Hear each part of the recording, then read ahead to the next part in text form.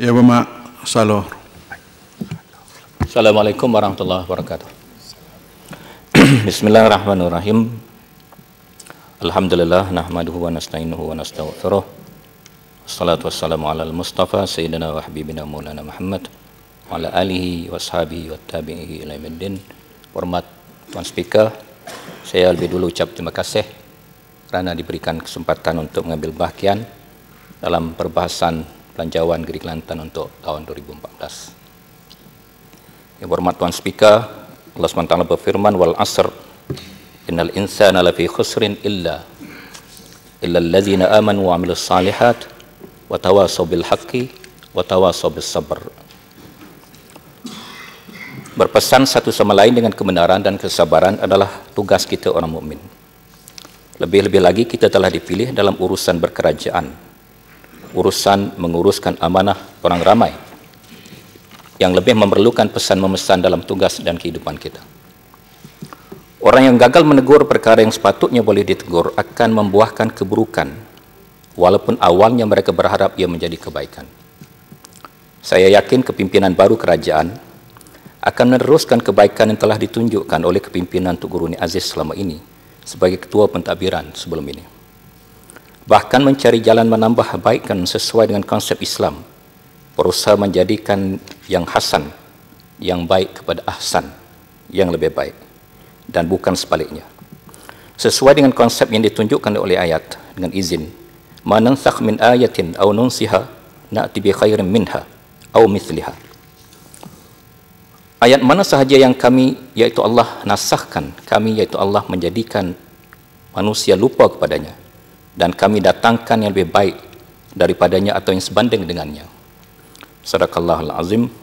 Yang berhormat Tuan Speaker, di bawah 3 tonggak utama pentadbiran kerajaan negeri, iaitu ummi, ubudiyah, mas'uliyah dan itqan, boleh memacu kerajaan negeri menjadi unggul dan berhad kehadapan dalam semua segi, dengan syarat ia benar-benar dijelmakan dan tidak hanya menjadi slogan. Mas'uliyah atau accountability adalah sebuah konsep pentadbiran yang sangat penting.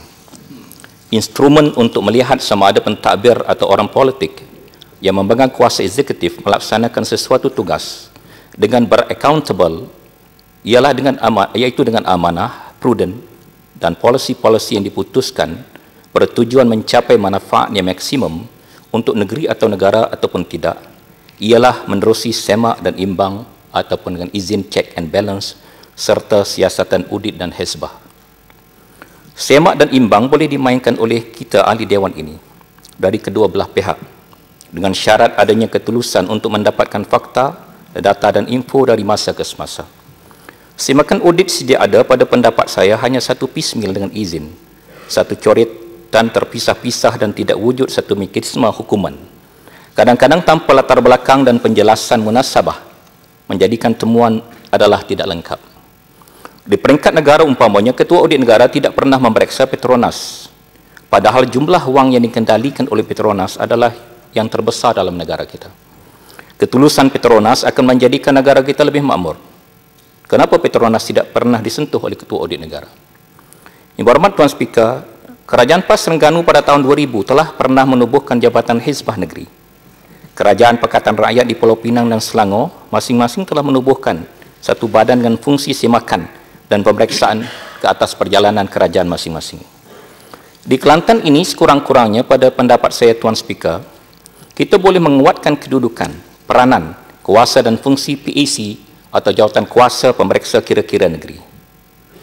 Ia patut dijadikan sebuah jabatan sepenuh masa dengan pegawai terlatih yang dedikasi seperti accountant, peguam, pegawai yang dipinjamkan dari SPRM, dan pengurusinya pula diberi bertaraf eksekutif dengan syarat beliau tidak memegang jawatan lain dalam kerajaan.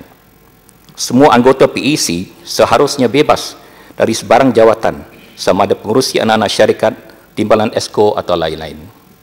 Dalam sidang kali ini, kerajaan akan mencadangkan anggota baru PAC atau JKA ini.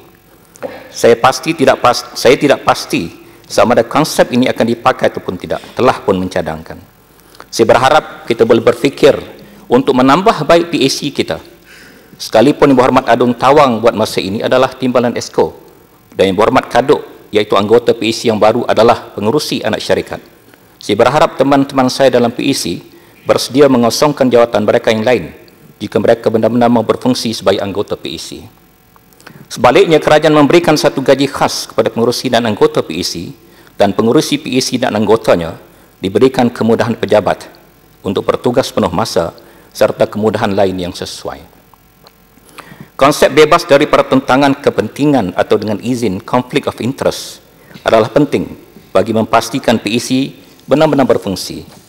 Sebagai contoh, jika saya anggota PEC dan masa yang sama saya adalah pengurusi anak syarikat, sudah tentu sekalipun saya tidak hadir semasa pemeriksaan dibuat, tetapi rakan-rakan saya dalam PEC akan merasa segan untuk bertindak secara telus. Tidak ada sebab Kelantan tidak dapat memperkuat peranan PEC dan menyusunnya atas konsep yang saya sebutkan. Masih ramai yang berhormat penyokong kerajaan yang tidak memegang apa-apa jawatan yang boleh dilantik mengisi keanggotaan PEC. Sekiranya anggota yang baru dilantik ini keberatan meninggalkan jawatan mereka yang lain. Saya yakin jika kita memperkuatkan PEC dengan wajah baru dan dengan niat mendapat sebuah pasukan yang boleh memeriksa perjalanan kerajaan dari masa ke masa, kita boleh meminimalkan ketirisan, pembaziran, penyelewengan, kelengahan, kecuaian, dan niat serong dan amalan negatif yang lain. Hasil negeri insya-Allah akan meningkat dan idea-idea baru tentang pengurusan hasil mahsul dan khazanah negeri Kelantan akan terjelma dan negeri kita bukan sahaja benar-benar makmur, bahkan lebih diridai oleh Allah dan memudahkan hisab kita insya-Allah di padang mahsyar nanti. Kejadian permohonan lebih awal ditindak oleh pihak lain seperti terjadi pada permohonan PMBK untuk mengusahahasilkan kawasan Lombong Besi Sungai Tuang yang difailkan di PTG pada November 2011 lagi dan kemudian ditindak oleh permohonan-permohonan lain sehingga menenggelamkan permohonan asal insya-Allah tidak akan berlaku. Yang berhormat Tuan Speaker, tujuan permohonan PMBK itu saya sebutkan di sini adalah untuk menjana hasil bagi membiayai pembinaan lebuh raya Kota Baru Kuala Krai, di mana kawasan ini secara konservatif dianggarkan mempunyai rizab besi mentah sebanyak 50 juta tan dan anggaran lain yang lebih berani oleh pihak-pihak yang profesional adalah 2 bilion tan. Jika kerajaan menerima pakai cadangan kami pada waktu itu, yaitu harga minimum RM50 tiap 1 tan, insya-Allah ia akan menjanakan hasil sebanyak 2.5 bilion ringgit. Dan ini mencukupi untuk pembiayaan lebuh raya tersebut dengan kos tanpa kos keuangan sebanyak RM1.8 bilion ringgit. Malangnya, begitu banyak kerenah berlaku apabila tujuannya adalah untuk tujuan negeri dan kerajaan sendiri. Ia lebih mudah kalau tujuannya adalah untuk peniaga dan swasta. Satu masa kemudian, Majlis Mesyuarat Kerajaan Negeri, iaitu pada November 2012, membuat keputusan menenda secara terbuka kawasan ini. Antara lain, dengan terma harga minima RM50 1 tan. Dan syarikat berkenaan mesti berkemampuan dari segi keuangan, mampu meletakkan RM5 juta ringgit sebagai wang keyakinan untuk mendapat lesen eksplorasi dan RM5 juta ringgit lagi untuk lesen cari gali, mempunyai pelan cadangan hak pemrosesan besi mentah, mempunyai track record pelembungan dan lain-lain. Apabila cadangan tender ini tidak kesampaian, Majlis Mesyuarat Kerajaan pada Mac 2013 bersetuju menyerahkan kawasan 3,000 hektar ini kepada PMBK dengan menggunakan terma tender yang sama untuk PMBK mengeluarkan tendernya sendiri bagi pihak kerajaan bagi mempercepatkan proses supaya keperluan pembiayaan pembinaan lebuh raya dapat disegerakan. Malangnya saya difahamkan kelulusan itu telah ditarik balik selepas kerajaan baru ini dibentuk. Saya pohonkan penjelasan. Yang berhormat Tuan Speaker, saya pohon Yang berhormat Menteri Besar tidak melepaskan kawasan berharga milik bersama rakyat Kelantan ini pada pihak swasta dan persendirian. Paling tidak kerajaan negeri mesti terlebih dahulu melantik konsultan antarabangsa untuk menyemak jumlah deposit yang ada.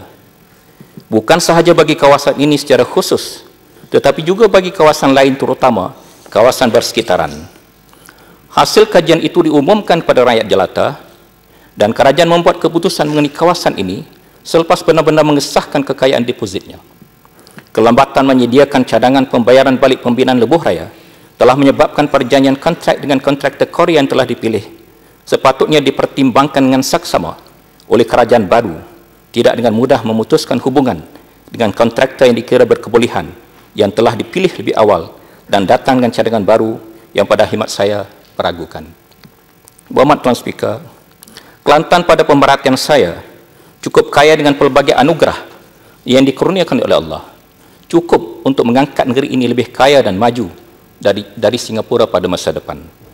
Kejayaan pemerintahan semua khalifah yang 4, khususnya Khalifah Umar Al-Khattab, yang dikurniakan Allah tempoh pemerintahan yang lebih panjang, iaitu lebih 8 tahun, dan termasuk Khalifah Umar Abdul Aziz, walaupun masanya singkat, iaitu kurang dari 3 tahun, ialah kuasa pengurusan. Kuasa pengurusan yang dibina atas ketakwaan yang sebenar kepada Allah SWT, dan dengan itu melahirkan ketelusan yang sebenar, amanah yang sangat ketat, kejujuran yang setulusnya, deria prihatin yang sangat halus, dan ketegasan dalam hukum yang tidak ada komprominya. Pengasingan kepentingan sehingga anak Umar dilarang dari menternak ternakan di Madinah, tidak boleh ikut berperang di medan perang, dan mengambil bahagian dalam public affairs dengan izin selagi bapanya masih menjadi khalifah. Singapura, sebuah negara pulau kecil sekangkang kera, boleh muncul jauh lebih maju dari negara kita yang tersangat kaya dengan hasil mahsul kerana kuasa pengurusan itu tadi. Walaupun mereka tidak beriman, namun teladan berkerajaan generasi terdahulu dengan pembaharuan semasa menjadikan Singapura sebuah negara yang patut kita teladani. Kalaupun kita tidak teruja melawat negara lain yang jauh, kalaupun kita teruja melawat negara lain yang lebih jauh, tidak salah rasanya kita berkunjung untuk belajar dari Singapura dalam banyak perkara. Tan Sri Hassan berikan sebagai contoh, dihargai oleh Singapura lebih dari kita sendiri hargai bakat dan kebolehan beliau. Amat malang sekali. Bahkan Yang Amat Berhormat Tok Guru pernah beritahu saya, beliau kagum bagaimana Singapura boleh keluar sebagai hub keuangan Islam mendahului Malaysia. Yang Berhormat Tuan Speaker, dengan penuh rasa hormat dan kasih kepada Yang Amat Berhormat Menteri Besar, saya pohon untuk menasihatkan cadangan meluluskan kawasan seluas 3,500 ekar hutan simpan kekal Ulusat di Machang kepada sebuah syarikat individu tidak diteruskan. Ada beberapa sebab. Pertama, kawasan ini semasa mentadbiran Yang Amat Berhormat Tok Guru, iaitu pada Jun 2009, Mesyuarat Jawatan Kuasa Kecil Perhutanan Bilangan 3 2009 telah memutuskan semua permohonan baru di hutan simpan kekal Ulusat hendaklah ditolak. Hutan ini dikelaskan sebagai hutan terkaya di Kelantan buat masa ini. Selain itu, mana-mana bahagian hutan simpan kekal Ulusat yang diletakkan sebagai hutan pengeluaran, mesyuarat tersebut telah memutuskan ia mesti ditanda. Dalam kesempatan ini, saya sebagai anak Kelantan berakamkan penghargaan yang sangat tinggi kepada Tok Guru atas pandangan beliau sehingga dasar tersebut dibuat pada waktu itu. Seingat saya, kata Tok Guru, hutan Ulusat dan cabang Tongkat adalah paru-paru negeri Kelantan bagi mengeluarkan udara segar dan bersih, khususnya bagi penduduk Kelantan di Kota Baru. Biarlah ia kekal untuk anak cucu kita tidak merasa terlalu hangat ketika dunia kita diselimuti oleh pemanasan sejagat. Saya yakin Yang Amat Berhormat Menteri Besar sekarang akan meneruskan dasar mulia yang telah diletakkan oleh Tok Guru. Saya sangsi sama ada surat dari pejabat Yang Amat Berhormat Menteri Besar bertarikh 6 Ogos 2013 ditulis selepas pegawai-pegawai Yang Amat Berhormat Menteri Besar menyemak terlebih dahulu status hutan simpan kekal Ulusat ini atau tidak. Lebih-lebih lagi, hanya sebuah syarikat dicadangkan diberikan kawasan sedemikian luas sebanyak 3,500 ekar sekaligus tanpa tenda. Ia sangat meragukan sekali. Seingat saya, semasa pentadbiran Yang Amat Berhormat Tok Guru dahulu, tidak ada kawasan seluas itu diberikan kepada mana-mana individu. Harga yang ditawarkan oleh syarikat, iaitu RM2,000 seekar, pada saya adalah amat tidak menasabah. Lagipun, kalau esok saya tubuhkan satu syarikat dan nulis surat hanya 2 muka surat, sama seperti ditulis oleh syarikat itu kepada Yang Amat Berhormat Menteri Besar dan menawarkan harga lebih tinggi, misalnya RM2,100 seekar, adakah permohonan saya akan diterima atau ditolak? Saya mencadangkan hutan simpan kekal Ulusat dikekalkan dengan keputusan Mesyuarat Bilangan 3 2009 Jawatan Kuasa Kecil Perhutanan dan cadangan meluluskannya tidak diteruskan. Saya difahamkan Jabatan Perhutanan telah diarahkan menyediakan kertas bagi permohonan ini dan mesyuarat JKPP akan diadakan kalau tak silap saya pada 10 hari bulan ini atau mana-mana tarikh terdekat, dan permohonan syarikat ini dimasukkan sebagai satu agenda. Adakah hanya dengan permohonan ringkas 2 muka surat serta-merta permohonan ini akan ditimbangkan? Berhormat Tuan Speaker, saya juga mengambil kesempatan ini untuk mencadangkan semua permohonan getah kelun, multi spesies, dan kini muncul pula cara baru konsep baru iaitu multi-layer dihentikan. Penebangan habis hutan untuk kononnya menanam hutan baru adalah merugikan di semua segi. Ia menjejaskan hasil negeri, merosakkan alam sekitar negeri kita dan merosakkan biodiversity untuk selama-lamanya. Saya mengambil maksud dari kata semut dalam surah An-Naml dengan izin. Hatta iza atau ala wadin naml qalat namlatun ya ayyuhan namlu udkhulu masakinakum la yahtimannakum Sulaiman wa junuduhu wa hum la yash'urun. Hingga apabila mereka sampai, yaitu tentara Sulaiman, sampai di lembah semut, berkatalah queen semut tersebut, wahai semut-semut semua, masuklah kamu ke dalam sarang-sarangmu, agar kamu tidak dipijak oleh Sulaiman dan tenteranya, padahal mereka kalau memijak kamu adalah tidak menyadari perbuatan mereka. Yaitu kerajaan Sulaiman seperti dicontohkan, kerajaan Islam seperti dicontohkan oleh Nabi Sulaiman AS, secara sedar atau tidak, sama sekali secara sedar atau tidak akan sama sekali merosakkan alam sekitar, hatta biodiversity makhluk kecil seperti semut, kecuali mereka tidak menyadarinya. Berhormat Tuan Speaker, saya difahamkan tarif air untuk negeri kita telah dinaikkan. Saya berpendapat, jika EKSB diuruskan dengan lebih beramanah, terutama ketika program pembinaan loji baru kini sedang rancak dilakukan, kenaikan ini boleh dielakkan. Dalam kesempatan ringkas ini, saya hanya tunjukkan 1-2 contoh sahaja dari aspek kegagalan mencapai sasaran seperti desain asal yang berlaku kepada loji-loji EKSB. Dengan sendirinya, ia menunjukkan ada sesuatu yang tidak kena di mana-mana. Menaik taraf loji rawatan air jeli bertujuan mencapai 10 juta liter air sehari dengan kos 21 juta ringgit hanya mencapai 6,6 juta liter sehari. Menaik taraf loji rawatan air Bukit Remah, Tanah Merah, kos 16,4 juta, di mana sasaran adalah 42 juta liter per hari, tetapi pencapaian adalah 36,6 juta liter per hari. Menaik taraf loji rawatan air Pintu Geng, di mana kos projek adalah 52 juta, dengan sasaran 30 juta liter per hari. Dengan kos besar itu, ia hanya mencapai sasaran 12,5 juta liter per hari. Bagi mengurangkan kebocoran pipe di negeri Kelantan, dengan perbelanjaan sebanyak RM130 juta, hingga Julai tahun ini, NRW masih 52%, atau artinya ia gagal sama sekali. Saya fikir kerajaan tidak perlu diseret lebih lama oleh pengurusan EKSB ke satu titik yang lebih parah. Lakukanlah sesuatu pemeriksaan yang adil, telus, teliti oleh pihak ketiga yang pakar, berkecuali dan berintegriti. Laporan mereka perlu dibentangkan di dalam dewan ini, kerana laporan yang terhad tidak akan memberikan kesan. Ini berdasar pengalaman saya ketika satu audit telah dilakukan dahulu dan penemuan menunjukkan ada sesuatu yang tidak kena. Sebagai contoh tentang kos bagi loji Pintu Geng yang telah melonjak dari kos asal 30 juta ringgit kepada 52 juta ringgit pada hari ini. Namun temuan itu tidak memberikan apa-apa tindakan sewajar. Berhormat Tuan Speaker, Kelantan mesti terus bergerak ke hadapan.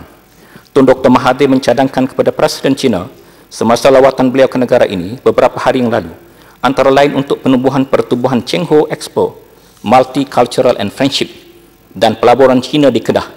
Saya merasa terpanggil kerana konsep pertukaran budaya dan perluasan kemakmuran serantau berasaskan persahabatan dan sentuhan sejarah lampau melalui tokoh Cina beragama Islam telah dimulakan oleh Kelantan, iaitu Cheng Ho Expo, Friendship and Prosperity.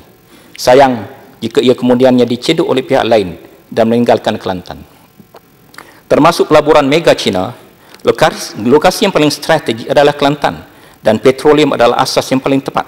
Lebih-lebih lagi pada hari ini, Petronas sudah terdesak untuk melihat satu lokasi baru yang lebih sesuai selepas Kerteh dan Kemaman telah menjadi sesak. Oleh itu, cadangan asal yang telah digagaskan oleh Tuk Guru menjadikan bacok khususnya Senok dalam Don Tawang, Muhammad Don Tawang dah keluar, ini komplimen bagi Don Tawang, sebagai kompleks petrokimia tepat masanya untuk diperbaharui semula. Sebuah gagasan tidak semestinya menjadi realiti pada hayat seseorang, tetapi yang penting ia menjadi satu realiti di satu masa. Ini juga antara pemikiran Tuk Guru yang perlu dijelmakan. Saya yakin kerajaan negeri mempunyai tenaga yang berkebolehan menggerakkan cadangan ini pada hari ini. Dengan sedikit pengalaman yang ada, jika diperlukan, saya bersedia bila-bila masa bagi membantu. Fikirkan tentang Singapura. Kini ia muncul sebagai antara pusat dagangan minyak mentah dan LNG, sekalipun ia tidak mempunyai walaupun setitik minyak. Ini kan Kelantan. Sekalipun jika kerajaan negeri merasa tidak berminat, harapan saya ialah jika saya atau pihak lain cuba mengusahakannya, kerjasama penuh kerajaan negeri insya-Allah boleh dihulurkan nanti.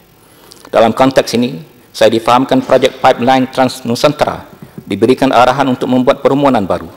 Saya tidak arif tentang asas bagi pertimbangan tersebut. Namun, bagi projek sebesar itu, tunjuk ajar dan penyertaan kerajaan negeri amat diperlukan. Insya-Allah, jika kompleks petrokimia Bacok dapat diberikan nafas baru dengan memperbanyakkan perbincangan dengan semua pihak terbabit, lonjakan ekonomi Kelantan akan menjadi lebih besar dan memberikan peluang ekonomi yang lebih luas untuk rakyat negeri ini yang setia bersama perjuangan Islam sekian lama. Ibu Hormat Tuan Speaker, terakhir adalah mengenai persiapan pelaksanaan hukum jenayah syariah. Saya tidak mahu ia terus menjadi polemik menjelang pilihan raya semata-mata.